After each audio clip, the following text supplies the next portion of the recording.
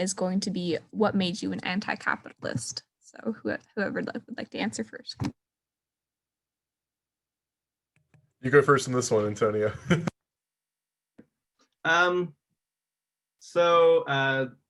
Really important, as Paulo Freire says, that people have a reading of the world before they have a reading of the word. So people kind of live under capitalism and are totally affected by capitalism, even though they don't have a conceptualization of it. So for me, my family history, I think, is kind of really based around racial capitalism. My grandparents on my dad's side had to flee Austria to escape the Nazis in the late 30s. And what led to the rise of Nazis, definitely part of it was the devastation to Europe after World War I. When people see declining economic prospects, I think they're much more vulnerable towards fascism. And I think these kind of inequalities that lead to fascism are caused by capitalism. And then on my mother's side, they're indigenous, a group called the Purepecha out of Michoacan, which is where the monarch butterflies migrate to. He led a lot of kind of town resistance against, I would call, the capitalist class, who would steal cattle, which to me is a continuation of a legacy of colonization and colonialism against indigenous people. And he was eventually killed for his activism. So I think having that family history really ingrained into me, having parents who were committed to social justice, and being able to contextualize racial component in my own family history was what led me to be an anti-capitalist. My story is somewhat the opposite in that I came from a pretty well-off conservative right-wing family, and it wasn't until I sort of left the house that I started having a broader conception of the world, and it was partially sparked by having to very suddenly go from like working for just spending money to having to work to live, and I was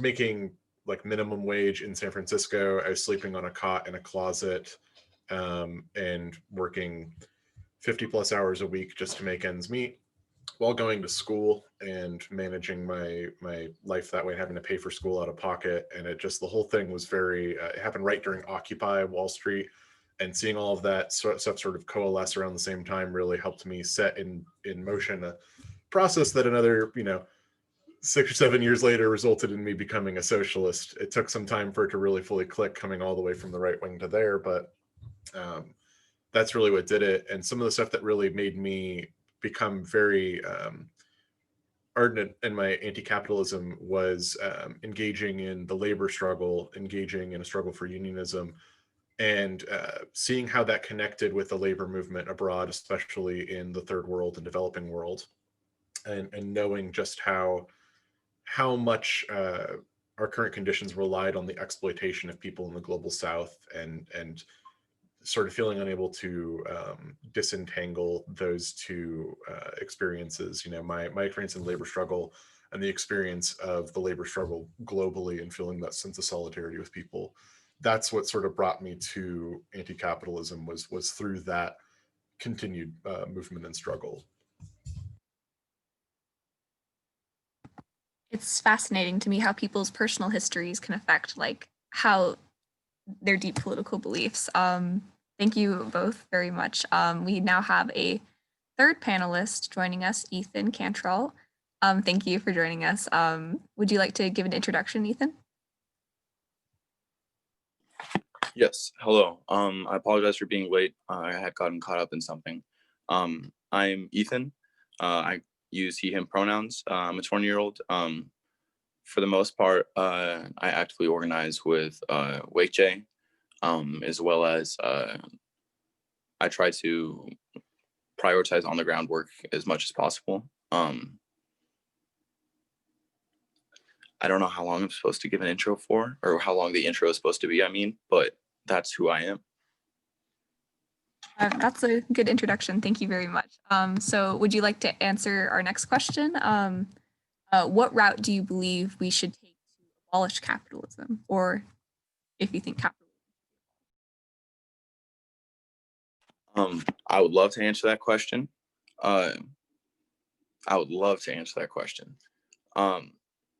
I think that the most effective and principalistically consistent way to abolish capitalism is to establish means of dual power. What that would look like in a practice sense is one of the reasons that the state really aggressively dismantled the Black Panther Party in its original standing was because of its capacity to fill a lot of the voids that the state had neglected, namely with programs like the breakfast program and Cop Watch, et cetera, and a lot of education programs that were incredibly thorough and beautiful. Like everybody should read the Black Panther reading list. But being able to say that the legitimacy of the state is no longer inherently valid because we have the capacity and the capability to take care of of ourselves and each other for very long-term periods, and that's why a lot of like I believe in a very, very radical militant mutual aid. A lot of the stuff that's going down in the Red House right now in Portland, I'm a huge fan of. Because if we are going to legitimately build a system from the ground up, if we are going to legitimately build an anti-capitalist system that seeks to taking care of those most marginalized first, we have to seek to the material aid and the material being of those most marginalized before we even can talk about the theoretical side of it. Like, yeah, I think that's my whole answer. That's awesome. Thank you. Would anyone, would Mitch or Antonio like to answer that? Or expand on that? Yeah. I think something's wrong with the volume, but can you all hear me? Am I fine? All right. Yep. So yeah, I really like the answer that was just given. I think like Ruthie Wilson Gilmore describes abolition as not just the presence, but of absence.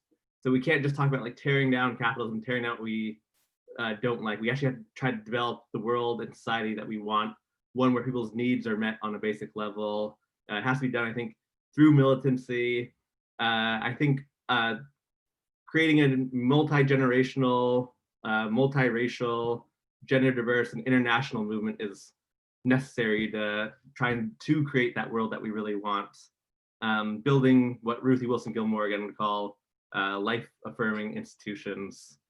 And so yeah, I definitely agree in a diversity of tactics and in trying to develop the world that we want. And I think like I'm really a huge fan of Nipsey Hussle, who says like the marathon continues. And I think the movement to abolish racial capitalism is a marathon. So we have to think long term of what is the ultimate goal of a just society that we want. And like Ethan just said, in the short term, we also have to try to help people meet their everyday needs that aren't being met by this capitalist system. That's it.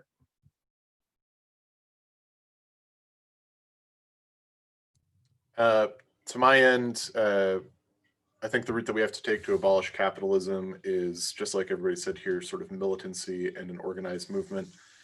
I think that organized movement needs to begin with things like mutual aid and with dual power, but ultimately the goal of it is to totally smash the capitalist system and destroy it to bits, and to, you know, seize what's left over and build a new form of governance, which I think looks a lot like socialism. I think socialism as the transition stage between capitalism and a more egalitarian society, communism. I think that is the route that we have to take to abolish capitalism. We have to be willing to establish socialism. We have to fully replace capitalism with socialism, and the only way that we can do that is by revolution, by means of totally overthrowing and overturning the current status quo, the current capitalist system, and replacing it with a completely new one from the ground up, one that we build together, one that is built by the working class and which exists to fully replace and suppress the capitalist class from returning to power. And that, I think that's the route that we have to take.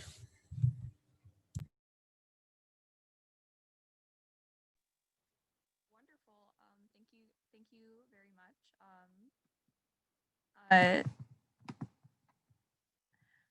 The next question is how do you picture a post-capitalist society? We have the how we would go about getting there, but like how do we picture it once it's here, I guess. I don't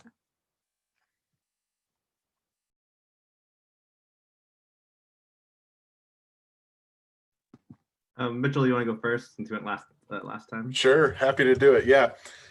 So there's a lot of ways to answer this question. I think structurally, a post-capitalist society needs to be organized for and by the working class. It needs to be organized by us, the many members of society.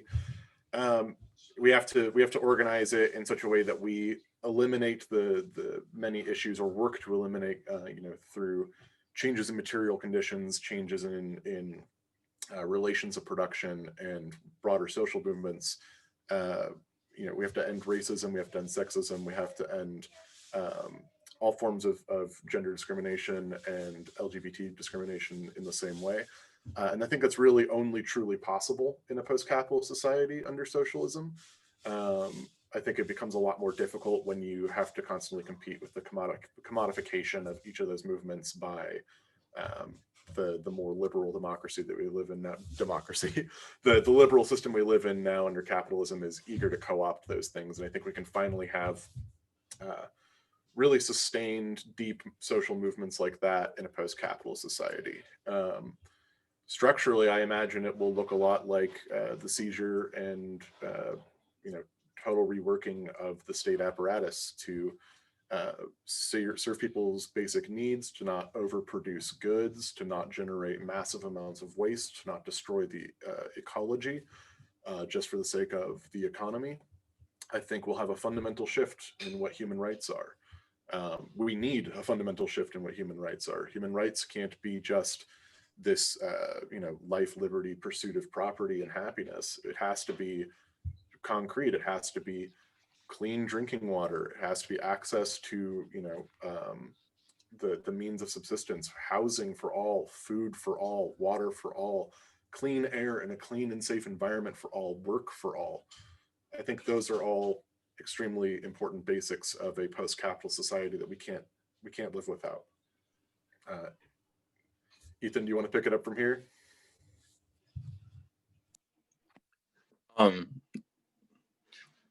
So yes to all the things that you said, but as well as those things, I think that a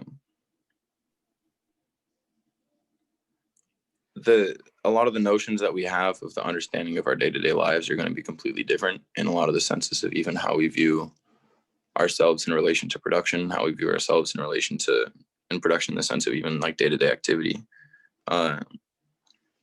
But even to each other as a whole, especially because when looking at a lot of the real roots of why American capitalism has become such an empirical force, it's because it just has its core who it is.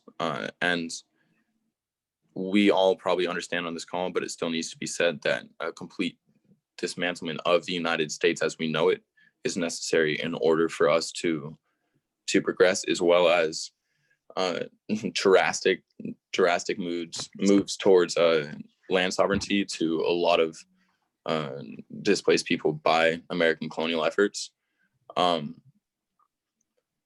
And personally, I try really hard not to think too much about what a post-capitalist society would look like, because I feel like I get too caught up in the fantasy of it. And I know that that's what this question is. But when I do veer into it, I find that the most comfort that I'm able to see through it is through fiction works, and through seeing what people who solely do delve into this area of thought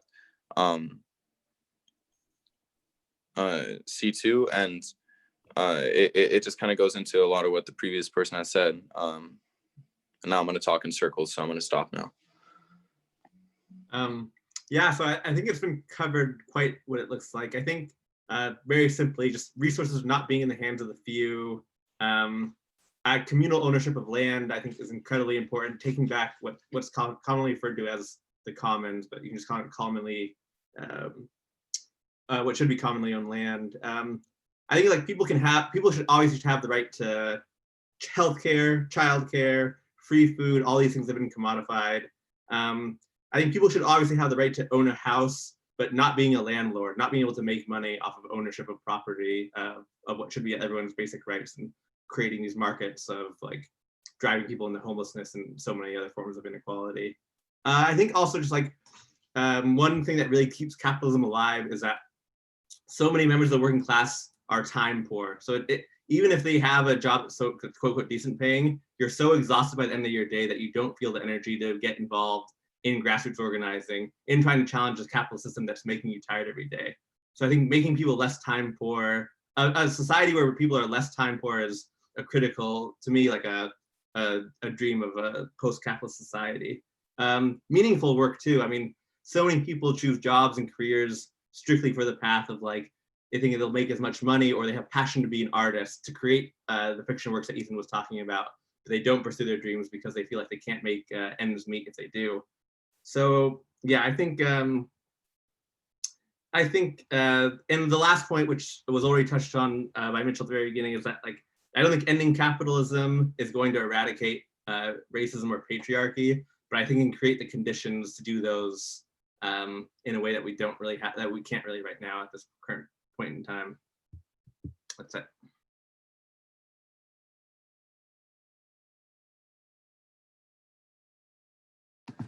Wonderful. Thank you very much. And yeah, it's true. We will need definitely to rework and like completely change how we view the world. And I understand Ethan's hesitancy to kind of prescribe that. I think Marx like was also hesitant to like many theorists have like been hesitant to dictate exactly what a socialist society will look like, because we obviously don't know. And that's but it's kind of nice to think about it, I guess. So our next question will be what role do you think our current economic system played in allowing COVID-19 to spread? So Antonio, would you like to start that off? Sure. So I think for this question, it's important to talk about neoliberal capitalism, which one component of neoliberalism is turning public services and giving it to private markets. And that's just one part of it. It's not the whole story of neoliberalism. But I think when you look at hospitals and the story of neoliberalism, it's really important to the spread of COVID within the US and globally. I mean, it's very basically, hospitals care more about profit than they do actually protecting people. The lack of ventilators, overcapacity, these are all results of austerity and budget cuts. And I think you have to say that neoliberalism is one of the main reasons why COVID has spread so rapidly, and why so many people have died from COVID, not just the spread of it. I think people being forced to go to work to survive and not being able to have their needs met any other ways is another way in which COVID has spread a lot. I mean, if you look at the amount of people who are essential workers, or people who work at Tyson and other kind of major food plants where there's incredibly high rates of COVID, these are people who are among the most dispossessed within society. So they're forced to work in these vulnerable conditions, and they contract the virus and can spread it. So that's another way in which I think capitalism has played a big role in spreading COVID. Yeah, I mean, nursing homes, people say that 40% of people involved in nursing homes have contracted it or have died from it. So you have to say that nursing homes, again, don't exist to actually provide quality care to elderly people. They exist to create profit in this political economic system that revolves around greed and not around meeting people's basic needs. So I think those are ways in which COVID has been affected by our political economic system. I can piggyback off of that. I think it's very important that you distinguish neoliberalism, because our current economic system isn't just capitalism. It's like capitalism with a gas pedal and no brakes. It's very ramped up, and we're in a more intense and more developed form of capitalism and imperialism. than many other countries around the world, largely because of the diminishing of the labor movement and the organization of people's movements in the US compared to other countries. There are capitalist countries that had a decent response to the COVID-19.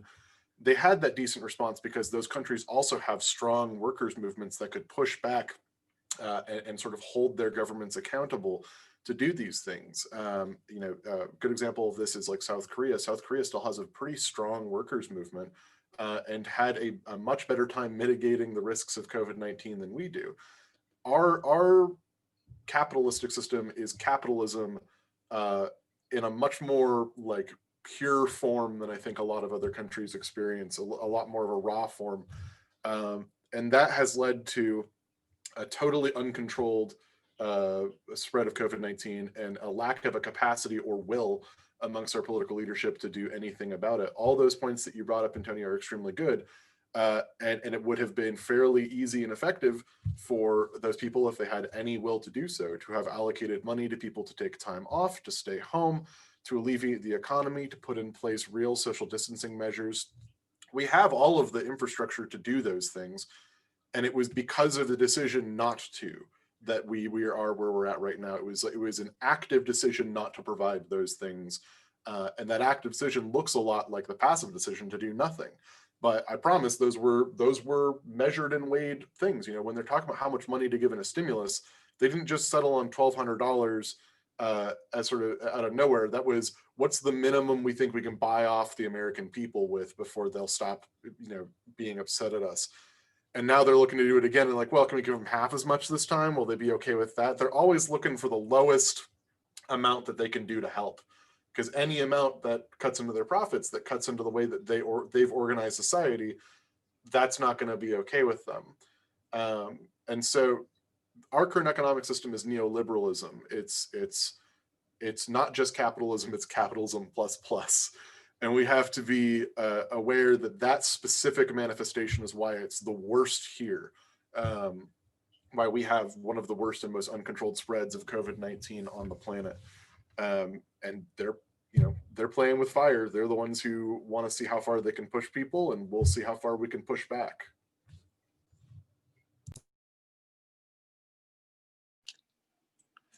And I will pick up from there.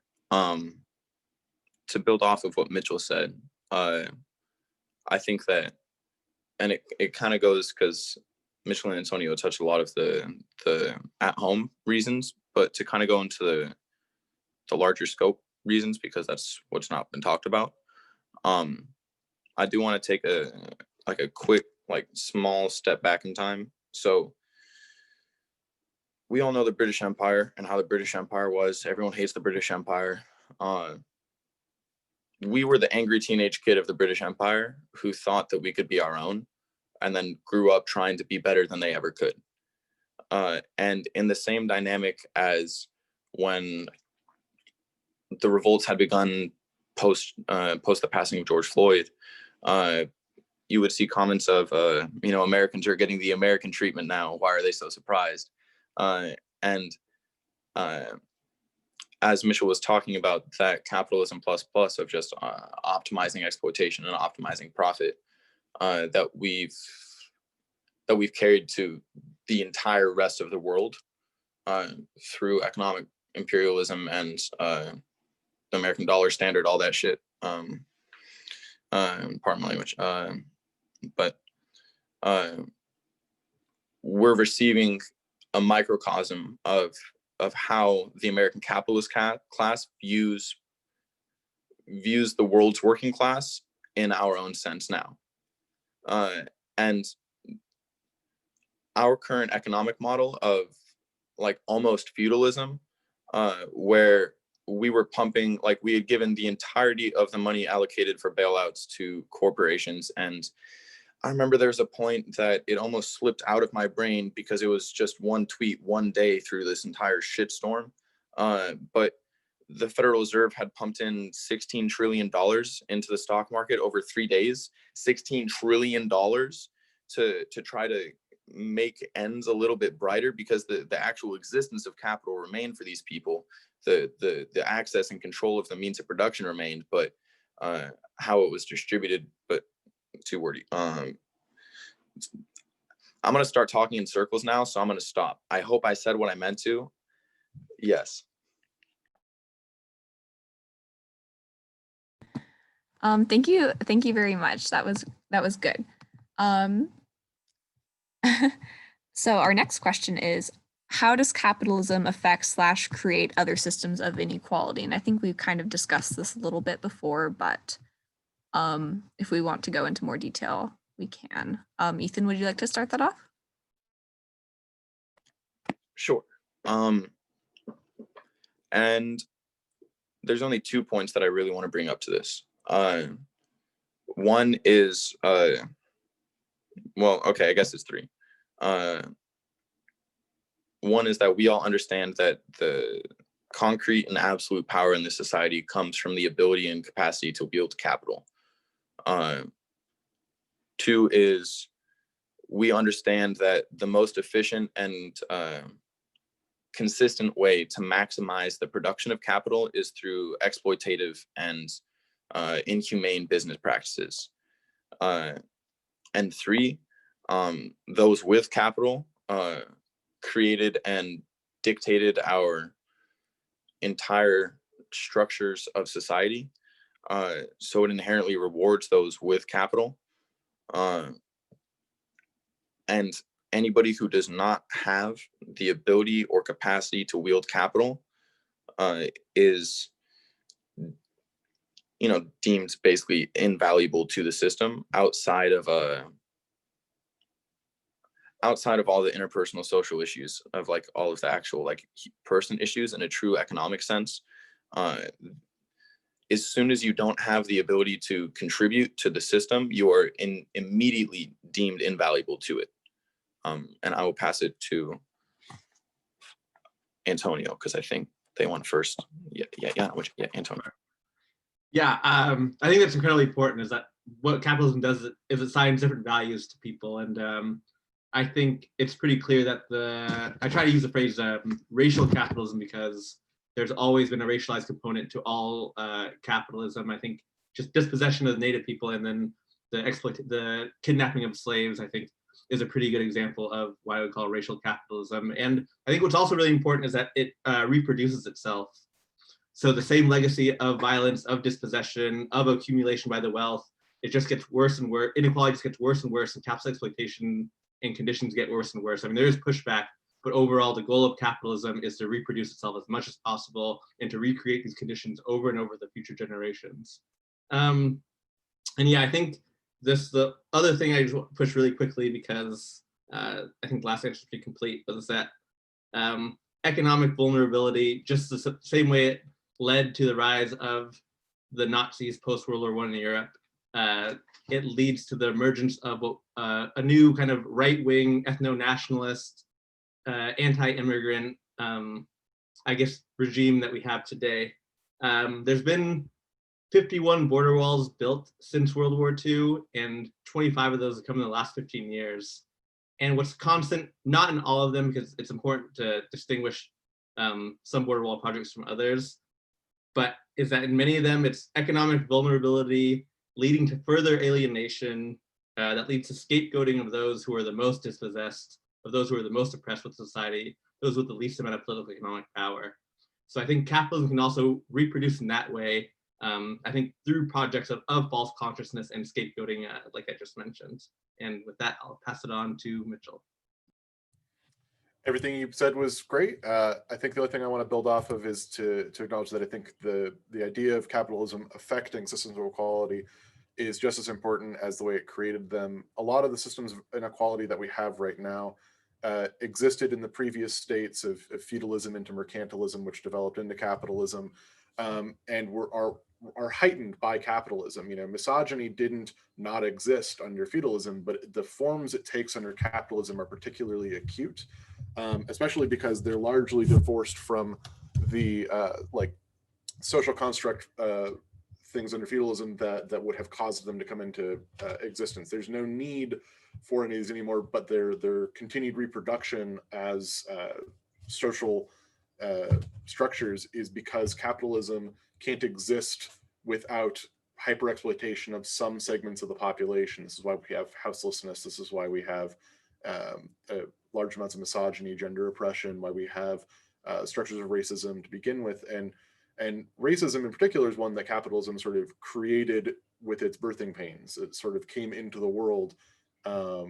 Capitalism came into existence by the creation and establishment of racist systems and through the establishment of those racist systems. And so you can't end capitalism without also struggling against racism. And you can't just end racism within capitalism. What would that even mean to capitalism? You know, capitalism can't exist without the exploitation of some group somewhere. There will always be a group that is sort of racialized in order to exploit them. A very good example of this, as you can sort of see when you're talking about border walls, over the last 15 years, while those border walls have been doubling, so too has the rhetoric against Hispanic and Latino people.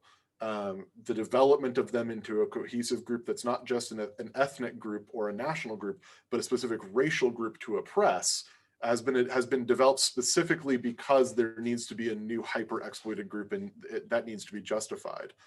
And so I think capitalism's function is always to be finding that next exploitable group of people, that next population that it can decimate and destroy to extract profits out of. And there's only so many of those that it can go through before it's destroyed the whole world.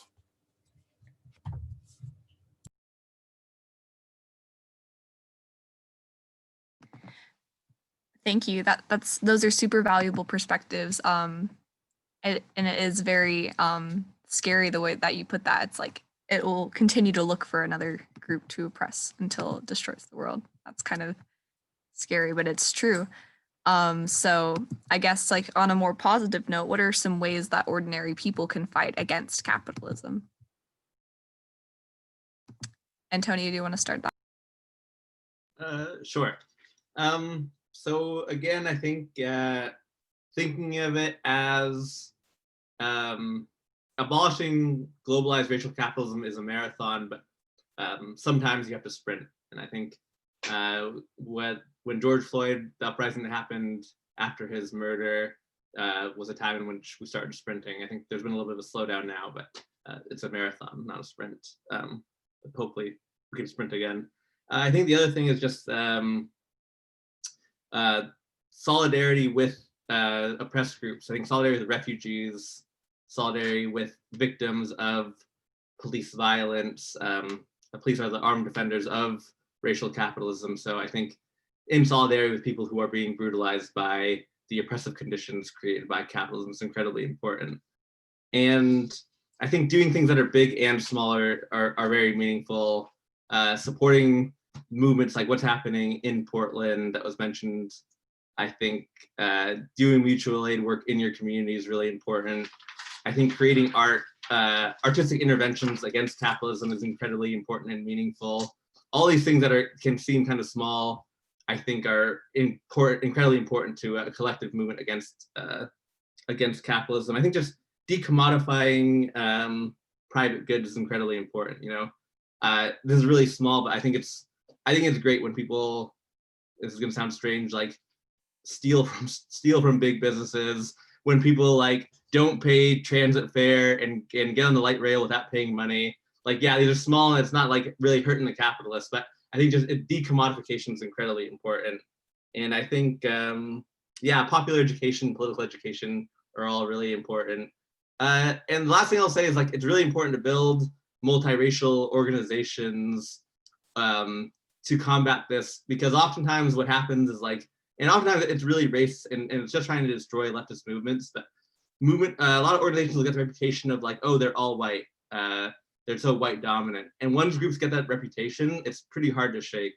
So I would just say that it's really important to try and not develop that reputation. You know, a lot of times it is true. It's just like, it's the capitalist class trying to invalidate movements against it. So yeah, I think big and small actions, and don't pay transit fares if you don't have to. I'll pass it on to Ethan.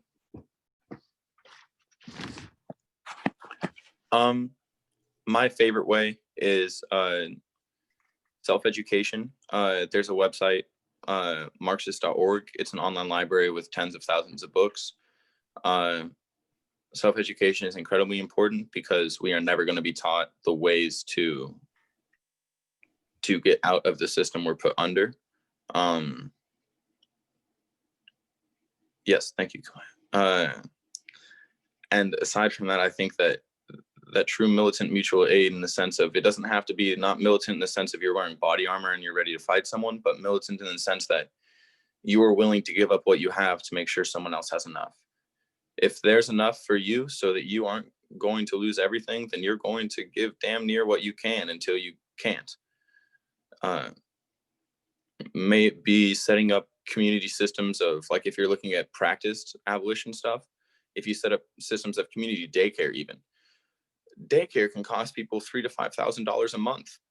If you are to say, you know what, no, I'm going to take care of your kid when you're at work, you don't have to worry about that check. You know me, I'm your neighbor, I'm going to help you out.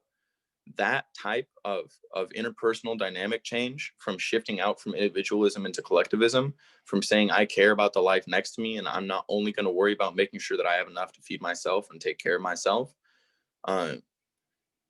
taking that little fight each and every day, I think is the most important way for ordinary people to fight against the overarching shit.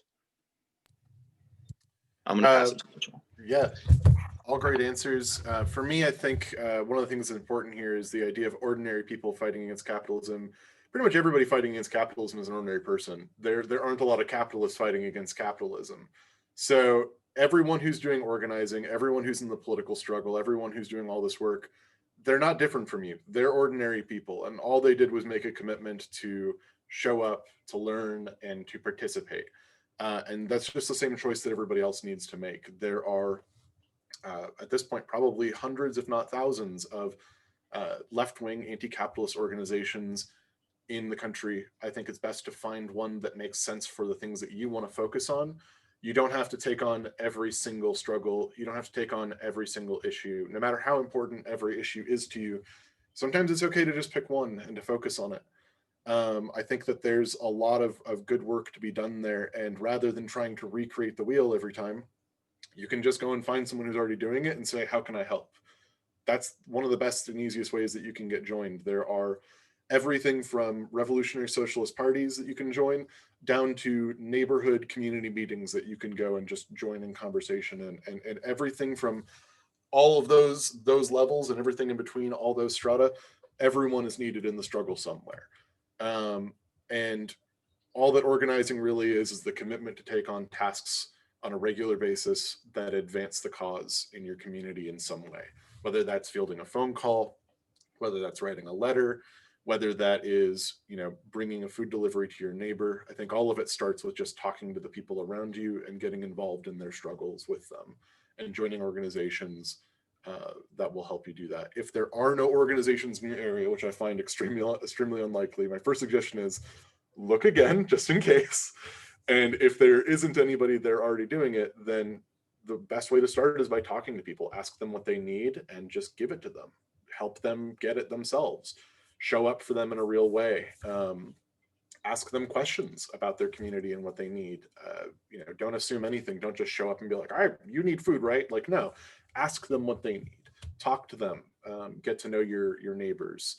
Tenant organizing is a great example of it. Literally begins with talking to your neighbors, and that's true of a lot of this kind of organizing. So everything from the labor struggle to the housing struggle to the struggle for struggle against houselessness, and the struggle to feed everyone, to provide for everyone, the struggle for climate justice.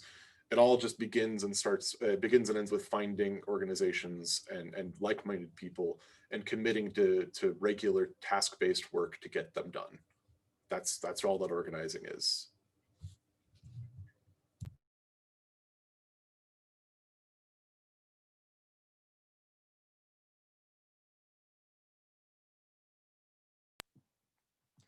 Awesome. Thank you guys for your great responses. I hope we all feel like way more empowered to take action and to get educated. So so let's open up the floor for questions from the audience, if there are any. So please feel free to type them in the chat and the panelists can answer them. Or just unmute yourself.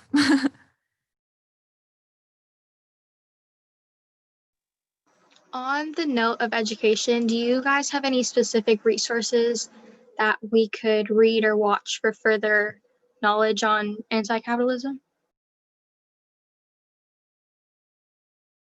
I'll kick that off. Yeah, I think that's a pretty broad question because there's a lot of ways to get started on that, right? There's a lot of elements and components and angles to come at it with. For me personally, I really enjoy like YouTube and podcasts as a way to passively do stuff while I'm working, and there's a lot of great content out there that you can listen to. One of the things that our party produces is Liberation Audio, which is good, and Liberation News, which is like a regular news thing. I see there's like WAYCJ has their education page listed there. Marxist.org, also a great reference. If you're going to do Marxist.org, one of the easiest and most accessible works for understanding what capitalism even is Wage, Labor, and Capitalism. It's like Marx recognized that capital is kind of a long read and then wrote an abridged version for people.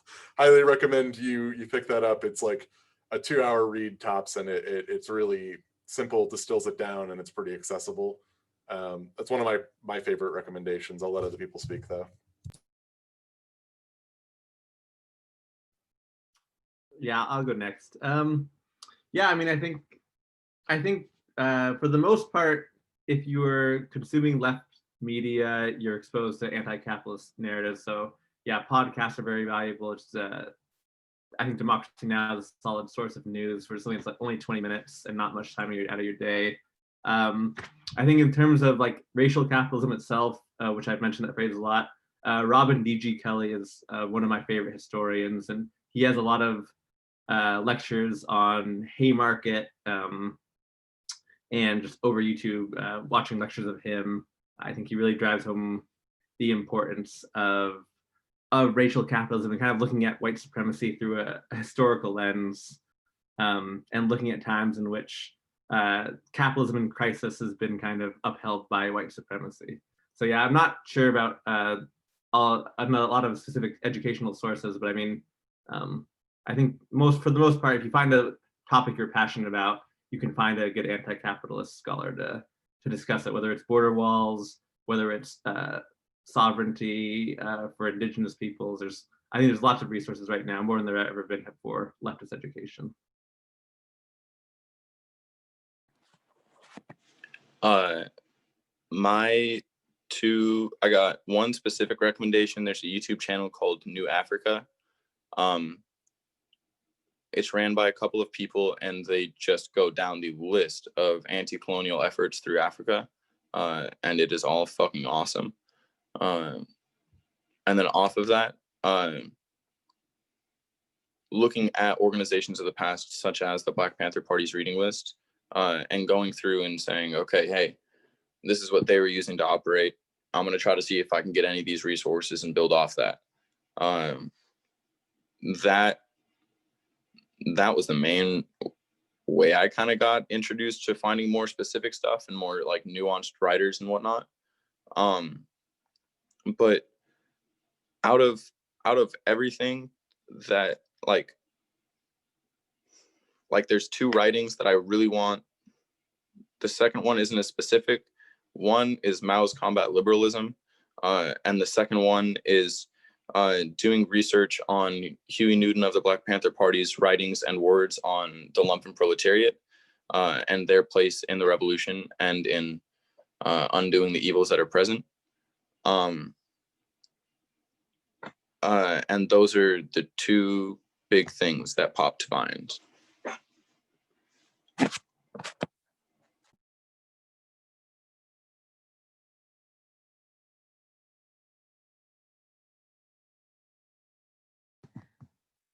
Okay, are there any more questions?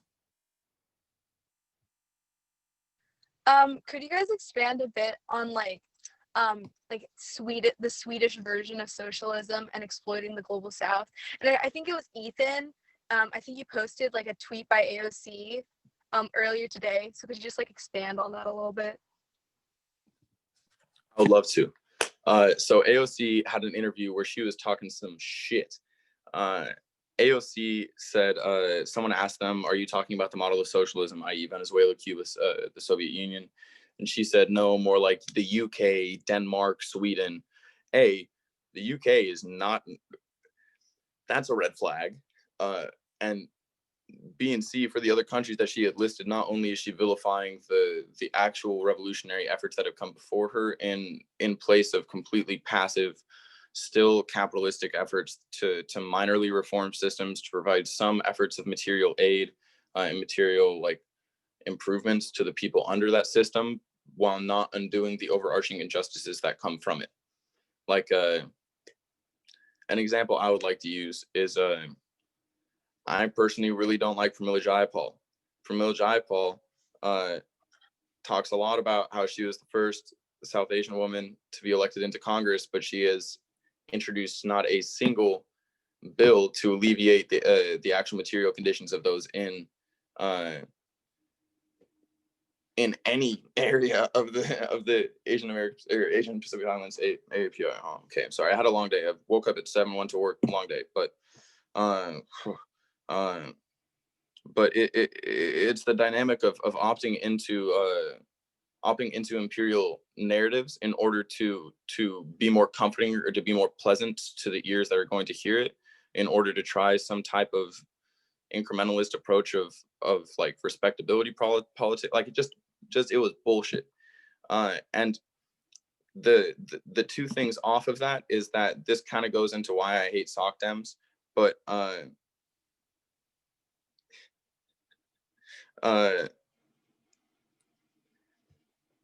both times that the AOC has gotten recognition for mentioning, or like both points that I'm going to bring up that are her talking about socialist, Marxist, like these types of things. I'm going to talk about the Black Panther Party. I'm going to talk about the thing I just mentioned. When she talked about the Black Panther Party, she very, very favorably left out that her employer killed them. Her employer. The reason that she does not embody the further part of the militancy of the Black Panther Party is because it would involve her devalidating the power structures that enable her to be platformed in the way that she is and to work in the way that she is.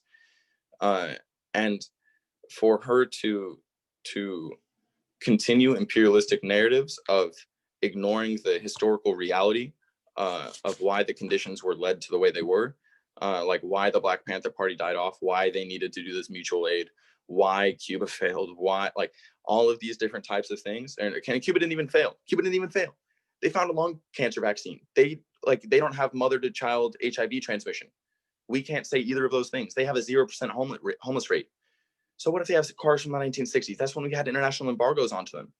So to opt into imperialist narratives of her saying like, no, we're not trying to be like that. We're trying to still go to like a market thing. It's like, it's sacrificing principlistic integrity in the name of minor progress. And that's my rant. I'll just go really quickly. I mean, I think that there's variations of capitalism. I think, Sweden is definitely a dominant capitalist state. Definitely one's wealth is based off of imperialism. But I guess it has what's been mentioned before by Mitchell's, I think, strong kind of social welfare policies, which doesn't mean it's not capitalist, but it just means there's some aspects within capitalism, capital societies that aren't totally capitalist projects. I mean, even within the United States, not everything is capitalist. If you own a worker, if you have a worker, not own, sorry, use that word. If you have a worker cooperative, your production isn't necessarily for profit of a capitalist class, even if you're living in a capitalist society. So I would just say that the United States isn't a purely capitalist system either. Production in the home is not capitalist. Neither is nonprofits or government production. But yes, capitalism is obviously dominant. And I think, Sweden is not a utopian society by any means in terms of its role in maintaining imperialism and maintaining global capitalist inequality is what I would say. But yes, there's definitely some social welfare projects there that are much better than what we have in the United States. But that doesn't mean it's not capitalist. And I think piggybacking off of that, we're talking about actually existing socialism and the vilification of those countries. that have achieved socialism or are building socialism. You know, socialism is a process. It's not necessarily an overnight light switch that you just flick and suddenly you're socialist. It's a development phase. And it is itself a transitionary development phase. Sweden has those things because of a militant working class, has a militant working class because they're right next to a bunch of the countries that were under the sort of Eastern Bloc. They're right next to the former Soviet Union. They're right next to, you know, former GDR, German Democratic Republic. They're right up against a lot of these countries that had socialist movements, and that's why in the Nordic countries you see the strength of these working class movements is what allowed them to have the social welfare that they have within capitalism. And since the erosion of that, like one of the largest communist and socialist forces in the world, the USSR, since its collapse, you'll notice that they've actually had like erosions of some of those protections because the working class movements all over the world suffered quite a hit from the dissolution of the USSR.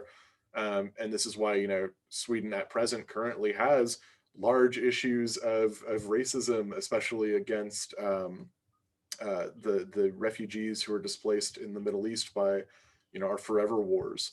And Sweden has like a huge problem of racism against those people, precisely because there's no longer that sort of working class solidarity that the idyllic version of this you know, Nordic state social democratic capitalism, it's sort of falling apart even on that axis, and is devolving towards a more right-wing government, and they're losing a lot of those protections. So I think it's important to understand the context of how they got those things and how those things can be gotten under capitalism, and also why capitalism is insufficient even in those countries for the maintenance of them. They're always erodible under capitalism. They can always be removed by some power.